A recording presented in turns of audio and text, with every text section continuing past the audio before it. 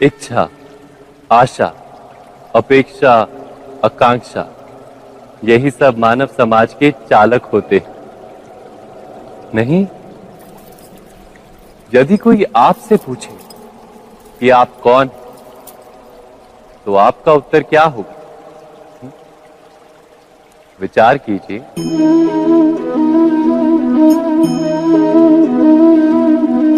आप तुरंत ही ये जान पाएंगे कि आपकी इच्छाएं ही आपके जीवन की व्याख्या है। कुछ पाने से मिली सफलता, कुछ ना पाने से मिली निष्फलता ही आपका परिचय। अधिकतर लोग ऐसे जीते हैं कि स्वयं भीतर से मरते रहते हैं, किंतु अपनी इच्छाओं को नहीं मार पाते। इच्छाएं उन्हें दौड़ाती हैं जिस प्रकार मृग तृष्णा मृग को दौड़ाती। परंतु इन्हीं इच्छाओं के गर्भ में ही ज्ञान का प्रकाश भी। कैसे? जब इच्छाएं अपूर्ण रहती और टूटती, तब वहीं से ज्ञान की किरण प्रवेश करती है मनुष्य के हृदय। ना, ये कथा नहीं है केवल इच्छाओं के संघर्ष की, नहीं है केवल महत्वाकांक्षाओं से जन्म लेने वाले भयावह रक्तपात। ये कथा है इच्छाओं के गर्भ से उदित होते हुए ज्ञान।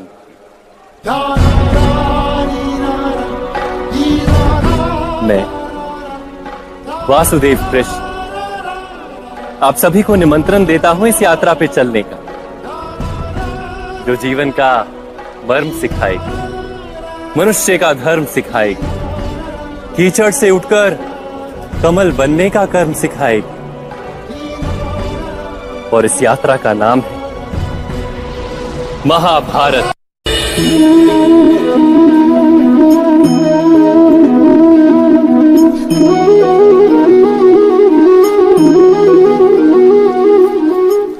संतानों के भविष्य को सुख से भरने का प्रयत्न करना, यही हर माता पिता का प्रथम कर्तव्य होता है, जिन्हें आप इस संसार में लाएं और जिनके कर्मों से ये जगत आपका भी परिचय पाएगा भविष्य में।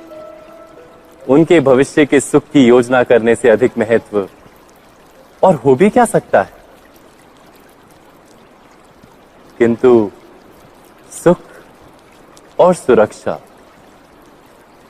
क्या ये मनुष्य के कर्म का? जो माता पिता अपने संतानों के भविष्य की चिंता करते हैं, उनकी संतानों को कोई लाभ नहीं होता। किंतु जो माता पिता अपने संतानों के भविष्य की नहीं, उनके चरित्र का निर्माण करते हैं, उन संतानों की प्रशस्ति समस्त संसार करता है। स्वयं विचार कीजिए।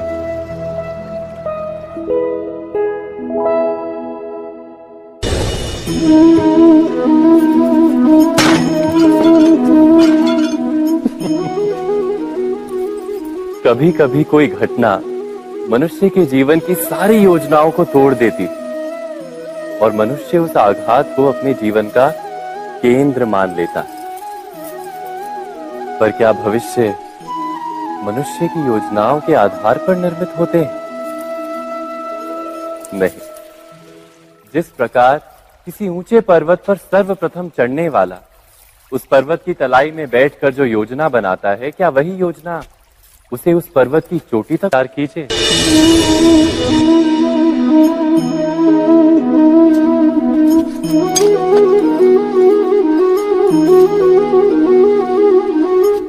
भविष्य का दूसरा नाम है संघर्ष। हृदय में आज इच्छा होती है और यदि पूर्ण नहीं हो पाती तो हृदय भविष्य की योजना बनाता है। भविष्य में इच्छा पूर्ण होगी ऐसी कल्पना करता रहता है, किंतु जीवन ना तो भविष्य में है ना अतीत में। जीवन तो इस क्षण का नाम, अर्थात इस क्षण का अनुभव ही जीवन का अनुभव। पर हम ये जानते हुए भी इतना सा सत्य समझ नहीं पाते। या तो हम बीते हुए समय के स्मरणों को घेर कर बैठे रहते हैं, या फिर आने वाले समय के लिए हम योजनाएं बनाते रहते हैं। और जीवन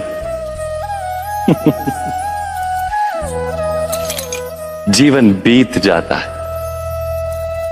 एक सत्य यदि हम हृदय में उतार लें कि ना हम भविष्य देख सकते हैं, ना ही भविष्य निर्मित कर सकते हैं, हम तो केवल धैर्य और साहस के साथ भविष्य को आलिंगन दे सकते हैं, स्वागत कर सकते हैं भविष्य का। तो क्या जीवन का हर पल जीवन से नहीं भर जाएगा? स्वयं विचार कीजिए। पूर्वजों की इच्छा, आशा, महत्वाकांक्षा, क्रोध, बैर, प्रतिशोध, यही सब आने वाली पीढ़ी की धरोहर बनते हैं। माता पिता अपनी संतानों को देना तो चाहते हैं समस्त विश्व का सुख, पर देते हैं अपनी पीड़ाओं की संपत्ति। देना चाहते हैं अमृत, पर साथ ही साथ विष का घड़ा भी भर देते हैं। आप विचार कीजिए, आपने अपनी संतानों को क्या दिया आज तक? अवश्य प्रेम, ज्ञान, संपत्ति आदि दिए, पर क्या साथ ही साथ उनके मन को मैल से भर देने वाले पूर्व ग्रह नहीं दिए? अच्छे बुरे की पूर्व निर्धारित व्याख्याएं नहीं दी? व्यक्ति का व्यक्ति के साथ, समाजों का समाजों के साथ, राष्ट्र का राष्ट्र के साथ संघर्ष क्या इन्हीं पूर्व ग्रहों से निर्मित नहीं होते? हत्या, मृत्यु, रक्तपात क्या इन्हीं पूर्व ग्रहों से नहीं जन्मते? अर्थात माता पिता अपनी संतानों को जन्म के साथ मृत्यु का दान भी देते हैं। प्रेम के प्रकाश के साथ साथ घृणा का अंधकार भी देते हैं, और अंधकार मन का, हृदय का हो या वास्तविक हो, उससे केवल भय प्राप्त होता है, केवल भय। स्वयं विचार कीजिए।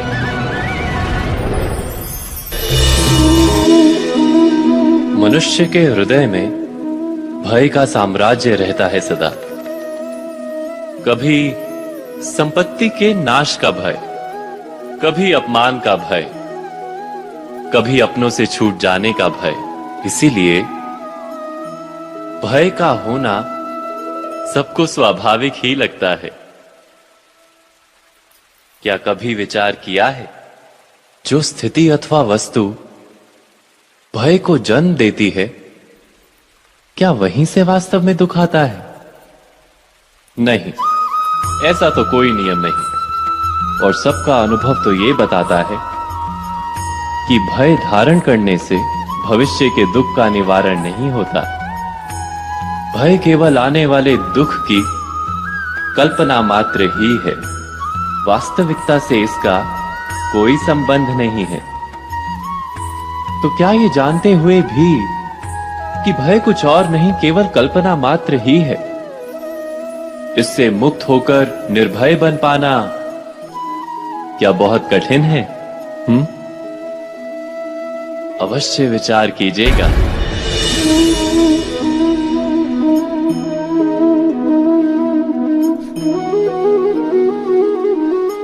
जगत में प्रत्येक व्यक्ति को किसी ना किसी प्रकार की निर्बलता अवश्य होती है। जैसे कोई बहुत तेजी से दौड़ नहीं पाता तो कोई अधिक भार नहीं उठा पाता, कोई असाध्य रोग से पीड़ित रहता है तो कोई पढ़े हुए पाठों को स्मरण में नहीं रख पाता। ऐसे अनेकों उदाहरण और भी हैं।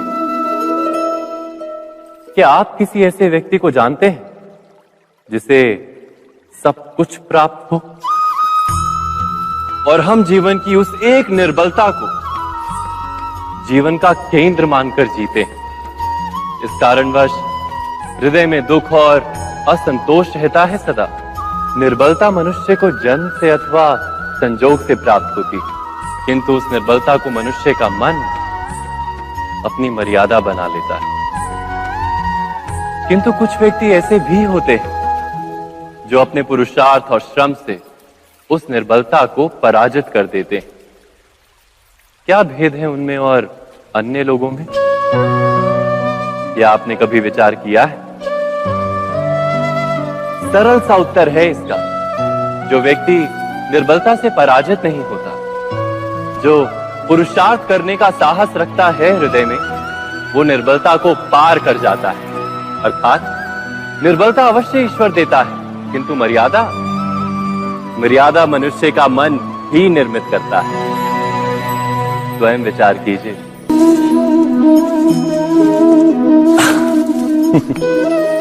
मनुष्य के सारे संबंधों का आधार है अपेक्षा। पति कैसा हो जो मेरा जीवन सुख और सुविधा से भर दे, पत्नी कैसी हो जो सदैव मेरे प्रति समर्पित रहे, संतान कैसी हो जो मेरी सेवा करे, मेरा आदेश माने।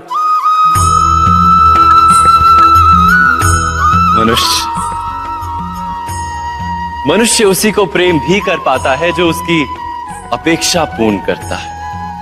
और अपेक्षा की तो नियति है भंग होना। कैसे? क्योंकि अपेक्षा मनुष्य के मस्तिष्क में जन्म लेती है। कोई अन्य व्यक्ति उसकी अपेक्षाओं के बारे में जान ही नहीं पाता। पूर्ण करने की प्रामाणिक इच्छा हो तब भी कोई मनुष्य किसी की अपेक्षाओं को पूर्ण नहीं कर पाता,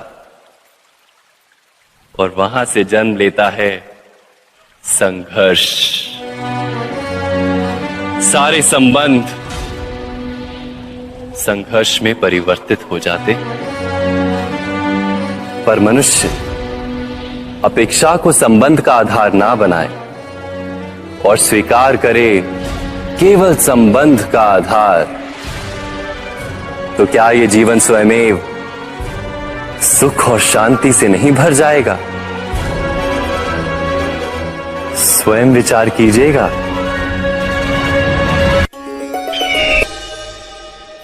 तो किसी घटना में अन्याय का अनुभव होता है तो वो घटना उसके अंतर को झकझोर देती। समस्त जगत उसे अपना शत्रु प्रतीत होता है। अन्याय लगने वाली घटना जितनी बड़ी होती है, मनुष्य का हृदय भी उतना ही अधिक विरोध करता है। उस घटना के उत्तर में वो न्याय मांगता है, और ये योग्य भी है। वास्तव में समाज में किसी भी प्रकार का अन्याय व्यक्ति की आस्था और विश्वास का नाश है। किंतु ये न्याय क्या है? न्याय का अर्थ क्या है? अन्याय करने वाले को अपने कार्य पर पश्चाताप हो और अन्याय भुगतने वाले के मन में फिर से विश्वास जगे समाज के प्रति। इतना ही अर्थ है ना न्याय का। किंतु जिसके हृदय में धर्म नहीं होता, वो न्याय को छोड़कर बैर और प्रतिशोध को अपनाता है। हिंसा के बदले प्रतिहिंसा की भावना लेकर चलता है। स्वयं भोगी हुई पीड़ा से कहीं अधिक पीड़ा देने का प्रयत्न करता है, और इस मार्ग पर चलते अन्याय को भुगतने वाला स्वयं अन्याय करने लगता है। शीघ्र ही वो अपराधी बन जाता है। अर्थात न्याय और प्रतिशोध के बीच बहुत कम अंतर होता है, और इसी अंतर का नाम है धर्म। क्या ये सत्य नहीं? स्वयं विचार कीजिए। दो व्यक्ति जब निकट आते हैं तो एक दूसरे के लिए सीमाएं और मर्यादाएं निर्मित करने का प्रयत्न अवश्य करते हैं।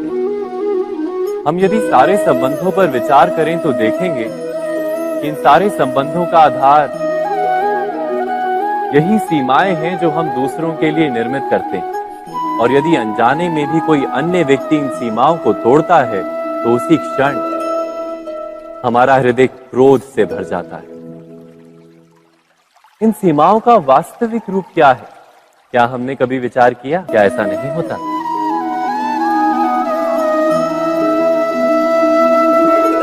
पर यदि एक दूसरे की स्वतंत्रता का सम्मान किया जाए तो किसी मर्यादाओं या सीमाओं की आवश्यकता ही नहीं होती।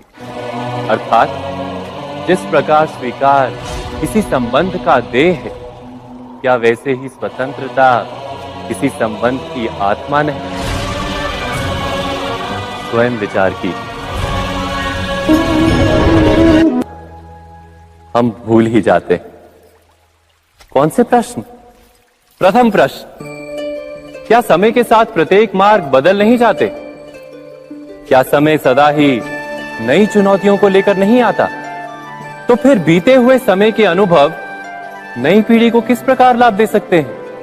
दूसरा प्रश्न, क्या प्रत्येक संतान अपने माता पिता की छवि होता है? हाँ, संतानों को संस्कार तो अवश्य माता पिता देते हैं, किंतु भीतर की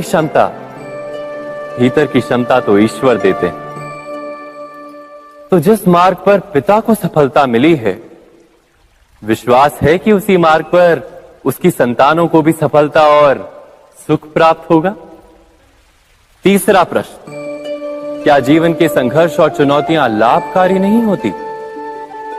क्या प्रत्येक नया प्रश्न एक नए उत्तर का द्वार नहीं खोलता? तो फिर संतानों को नए नए प्रश्नों, संघर्षों और चुनौतियों से दूर रखना, ये उनके लिए लाभ करना कहलाएगा या हानि पहुंचाना? अर्थात जिस प्रकार संतान के भविष्य का निर्माण करने के बदले उसके चरित्र का निर्माण करना श्रेष्ठ है, वैसे संतानों के जीवन का मार्ग निश्चित करने के बदले उन्हें नए संघर्षों के साथ जूझने के लिए मनोबल व ज्ञान देना अधिक लाभदायक नहीं होगा? स्वयं विचार कीजिए। सबके जीवन में ऐसा प्रसंग अवश्य आता है कि सत्य कहने का निश्चय होता है हृदय में, किंतु मुख से सत्य निकल नहीं पाता। कोई भय मन को घेर लेता है। किसी घटना अथवा प्रसंग के बारे में बात करना या फिर स्वयं से कोई भूल हो जाए उसके बारे में कुछ बोलना, क्या ये सत्य है? नहीं, ये तो केवल तथ्य है। अर्थात जैसा हुआ था वैसा केवल बोल देना सामान्य सी बात है। किंतु कभी कभी उस तथ्य को बोलते हुए भी भय लगता है। कदाचित किसी दूसरे की भावनाओं का विचार आता है मन, दूसरे को दुख होगा, ये भय भी शब्दों को रोकता है। तो ये सत्य क्या है? क्या हमने कभी विचार किया है? जब भय रहते हुए भी कोई तथ्य बोलता है तो वो सत्य कहलाता है। वास्तव में सत्य कुछ और नहीं, केवल निर्भयता का दूसरा नाम है। और निर्भय होने का कोई समय नहीं होता, क्योंकि निर्भयता आत्मा का स्वभाव है। अर्थात क्या प्रत्येक क्षण सत्य बोलने का क्षण नहीं होता?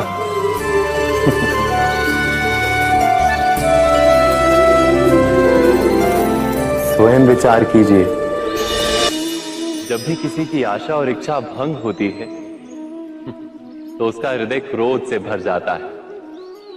जिस व्यक्ति को वो अपना अपराधी समझता है उसे दंड देने का प्रयत्न करता है। पर क्या हमारी इच्छा या आशा का भंग होना क्या सदा ही किसी का अपराध होता है? इच्छाओं के अपूर्ण रहने के तो कई कारण हो सकते हैं। कुछ तो संजोग के कारण अधूरी रह जाती हैं और कुछ नियति के कारण। और कभी कभी इच्छाओं का स्वरूप ही ऐसा होता है कि वो पूर्ण नहीं हो पाती। बिना परिस्थिति पर विचार किए किसी को अपराधी मान लेना न्याय नहीं, प्रतिशोध है। न्याय का आधार तो दया है, करुणा है, और प्रतिशोध का आधार क्रोध, अहंकार। अर्थात हृदय में करुणा धारण किए बिना किसी के अपराध के विषय में विचार करना, किसी को दंड देना, क्या अपने आप में ही अन्याय नहीं? स्वयं विचार कीजिए।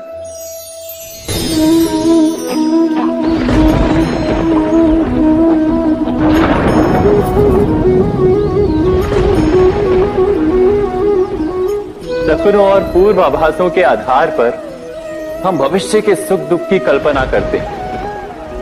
भविष्य के दुख का कारण दूर करने के लिए हम आज योजना बनाते हैं, किंतु कल के संकट को आज निर्मूल करने से हमें लाभ मिलता है या हानि पहुंचती है, ये प्रश्न हम कभी नहीं करते। सत्य तो ये है कि संकट और उसका निवारण साथ जन से, व्यक्ति के लिए भी और सृष्टि के लिए भी। नहीं, आप अपने भूतकाल का स्मरण कीजिए, इतिहास को देखिए, आप तुरंत ही ये जान पाएंगे कि जब जब संकट आता है तब तब उसका निवारण करने वाली शक्ति भी जन्म लेती है। यही तो जगत का चलन है।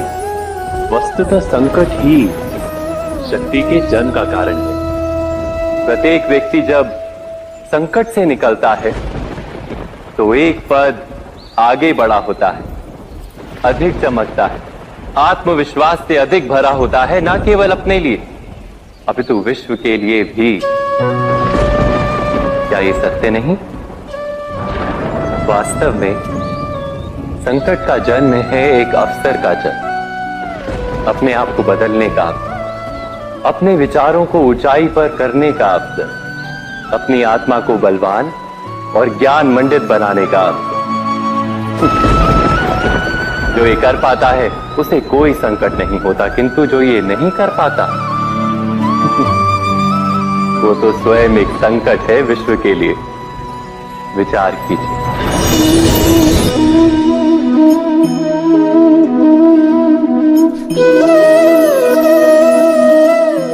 परंपरा में धर्म बसता है और परंपराएं ही धर्म को संभालने का कार्य करती हैं, ये सत्य है।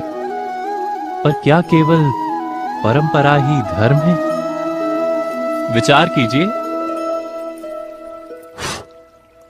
सत्य तो यह है कि जिस प्रकार पाषाण में शिल्प होता है, उसी प्रकार परंपरा में धर्म होता है। इस पत्थर में शिल्प है, ये पत्थर शिल्प नहीं। शिल्प को उजागर करने के लिए उसे तोड़ना पड़ता है, अनावश्यक भागों को दूर करना पड़ता है।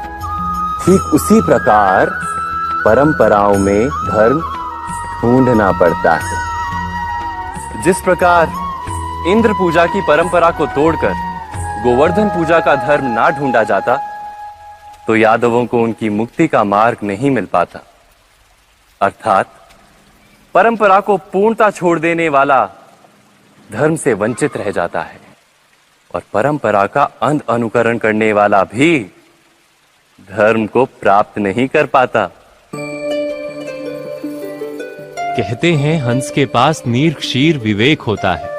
दूध में मिले पानी को छोड़कर केवल दूध ही ग्रहण करता है। तो क्या सच्चा धर्म प्राप्त करने के लिए हृदय में ज्ञान से जन्मा विवेक आवश्यक है? और ऐसे विवेक के बिना जिसे धर्म मान भी लिया जाए, जो वास्तव में धर्म ना भी हो, ऐसा भी तो हो सकता है। स्वयं विचार कीजिएगा।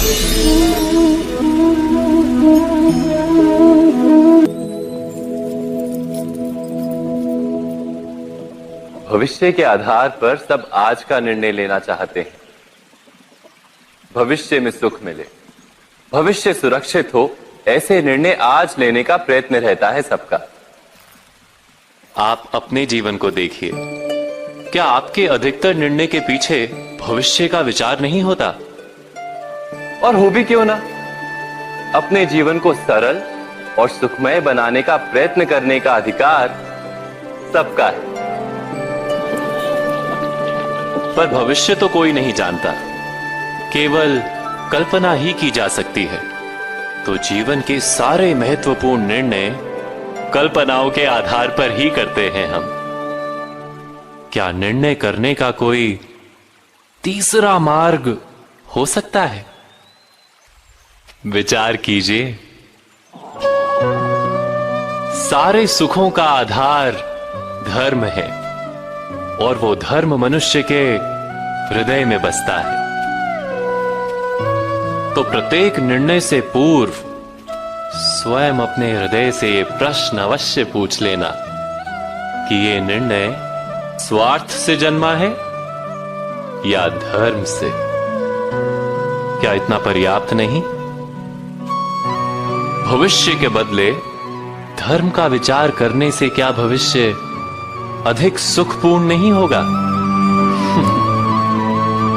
स्वयं विचार कीजिए। व्यक्ति को जब उसके अपराध का दंड मिलता है तब कभी कभी उस न्याय को देखकर मन कचोटता है। प्रश्न उठता है हृदय में कि जब वो अपराध हुआ था तब व्यक्ति भिन्न था। उसके पश्चात उसने इतने पश्चाताप किए, स्वयं में इतना परिवर्तन किया, फिर उसे दंड क्यों मिले? पर जहां आघात होता है वहां प्रत्याघात भी होता है। जैसा कर्म वैसा फल। यदि किसी को प्रेम दोगे तो सुख प्राप्त होगा, यदि किसी की हत्या करोगे तो मृत्यु दंड मिलेगा। जैसा कार्य वैसा ही न्याय। तो फिर प्रायश्चित और पश्चाताप का कोई मूल्य नहीं है? अवश्य है मूल्य। प्रायश्चित और पश्चाताप मनुष्य की आत्मा को बलवान करता है। आने वाले दंड को स्वीकार करने के लिए मनुष्य को तैयार करता है। अर्थात बिना प्रायश्चित के दंड स्वीकार करने का कोई मूल्य है? स्वयं विचार कीजिए।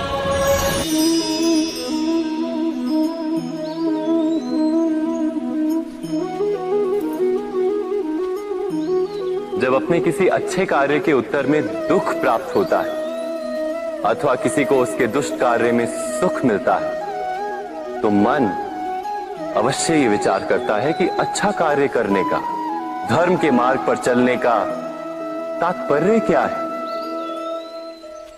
पर दुष्ट आत्मा को क्या प्राप्त होता है ये भी देखिए। दुष्टता करने वाला हृदय सदा चंचल रहता है, अकुलाता रहता है। मन में सदा नए नए संघर्ष उत्पन्न होते हैं। अविश्वास उसे जीवन भर दौड़ाता है। क्या ये सुख?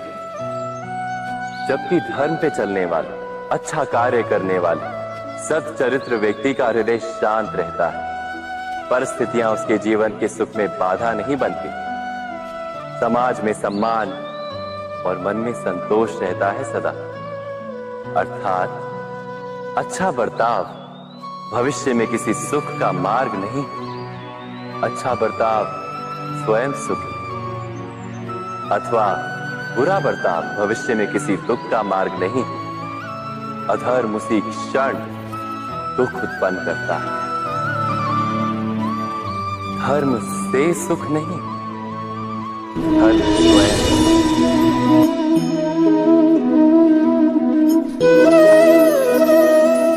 सत्ता की लालसा सबके हृदय को घेरे रहती है। प्रत्येक व्यक्ति अपना एक राष्ट्र निर्मित करने का प्रयत्न अवश्य करता है। फिर वो राष्ट्र कुरु राष्ट्र की भांति बहुत बड़ा हो या फिर अपने परिवार तक सीमित हो, वो सत्ता प्राप्त करने का प्रयास किंतु क्या वास्तविक प्रभाव प्रेम, दया, करुणा और धर्म से निर्मित नहीं होता? जब भी मनुष्य कठोरता और अधर्म से सत्ता प्राप्त करने का प्रयत्न करता है तब वो दूसरों के हृदय में विरोध अथवा विद्रोह को जन्म देता है। और परिणाम कुछ इस प्रकार। हां, कुछ समय के लिए वो स्वयं को प्रभावी और शक्तिशाली अवश्य पाता है, किंतु वो वास्तविक सत्ता नहीं। यही कारण है कि भृगु और वशिष्ठ जैसे ऋषियों की आज भी पूजा की जाती है, रावण और हिरण्यकश्यप की नहीं। इस पर तो आप विचार अवश्य करें। सत्य कहा ना?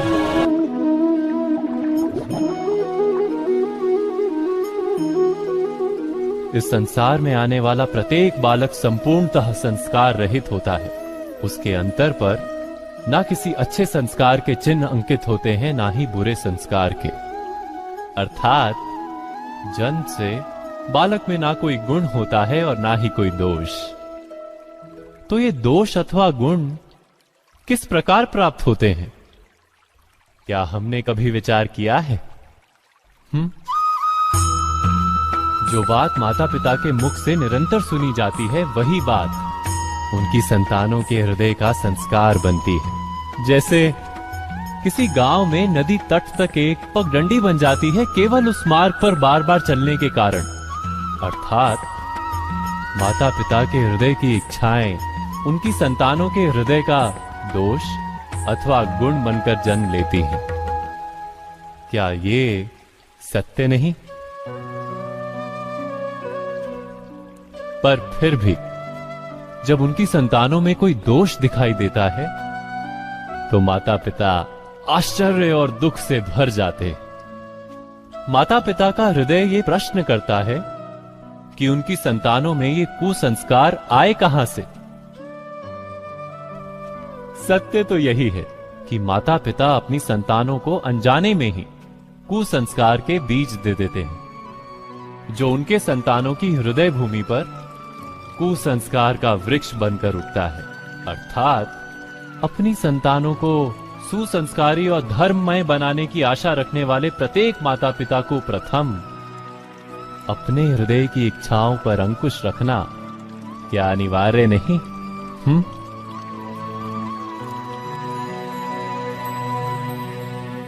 प्रत्येक माता पिता इस पर विचार अवश्य कीजिएगा।